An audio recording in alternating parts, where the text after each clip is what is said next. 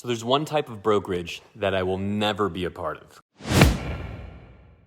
Okay, a type of brokerage I will never, ever be a part of, and here's who it is.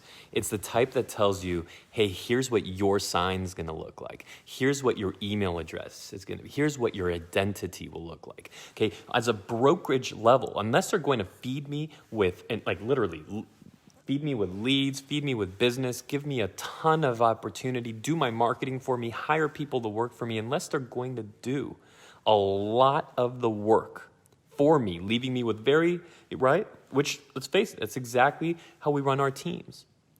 But other than that, unless that happens, I am never going to be at a brokerage that's literally telling me exactly what my entire business identity is going to be. It boggles my mind how some people, and we've seen this really happen over the last couple of years, have given up their entire identity of a brand that maybe they built, their team brand that they built, their business brand they built.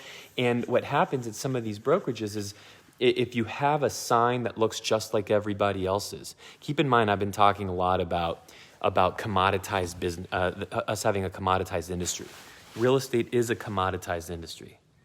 And it's differentiation that wins. That's why this is called the Be Different group. Well, if you can't even be differentiated in your for sale sign, for God's sake, then you are absolutely lost. You do not freaking exist. And you are going to get swallowed up by those that do. And this isn't about what brokerage you should be at and on. Look, there's a lot of brokerages out there that fit the bill of what I'm talking about. Being able to create your own brand identity, your own color scheme, your own logos, right? Your email address being, like dan@beerhometeam.com, right? It's not at brokerage.com, it's at beerhometeam.com. It's that freedom to run your business as a 1099, right? As a 1099 independent contractor. I'm not interested at all in that. If I was interested in that, I would require a lot better than what those types of models typically put out there. Look, I'm not in the business of attacking anybody here publicly, except for there are some brokerages out there that position themselves in a way that I think a lot of agents just don't understand the impact of the decisions that they're making sometimes when they give up that identity, when they allow their sign to be exactly like the one across the street and then the one down the road. And there's fear that's put in them that's as if any consumer gave half a shit. And what we know is that they don't. What we know is they do not in any way. And we know this, in a commoditized industry, differentiation wins. And so a lot of what we see out there right now, it flies in the face of that wisdom. I'm just putting out there food for thought as you're looking at your 2021 plan. A lot of right choices, not one right choice, a lot of right choices, a few wrong choices. And it is absolutely, in my opinion,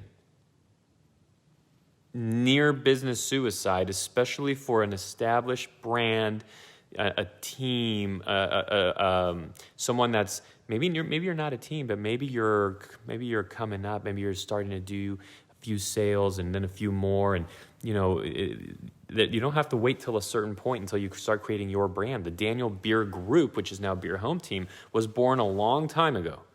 Okay, but what happens is that's when I started to really stand out, not just in my marketplace, but with my database, with my sphere of influence, with everywhere. That was born a long time ago. Some agents sometimes think that they're waiting for like this anointment from God or something to finally be able to go out and do cool shit and like act like a business. And that thing never comes, right? Like that never comes. You give it to yourself. So it does come, but you hand it to yourself. It doesn't just show up. It's something you just simply do when you decide that you're going to do it.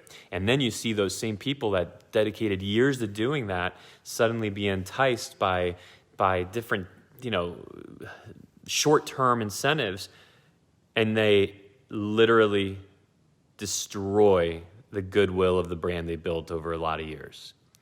Think through exactly how you're going to position yourself in 2021. Like I said, a lot of right choices, a few wrong ones out there.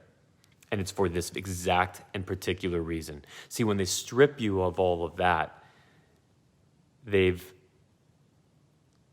basically created a handcuff that you're not aware of. And again, that's fine. I think that's entirely fine if they would now want to also provide you a whole bunch of business and do all your marketing for you and all your lead generation and provide you with inside sales and provide you with, everything that you need in your business. But if they're not going to do all that, if all they're going to do is say, all right, now that we've stripped you of your brand identity, hey, good luck out there. Go sell some homes, and then pat you on the butt and see you on the way out. Well, that's bullshit. Hey, let me know what you think about that. Leave a comment below. And if you want to grab a strategy call with me, just hit up strategycallwithdan.com.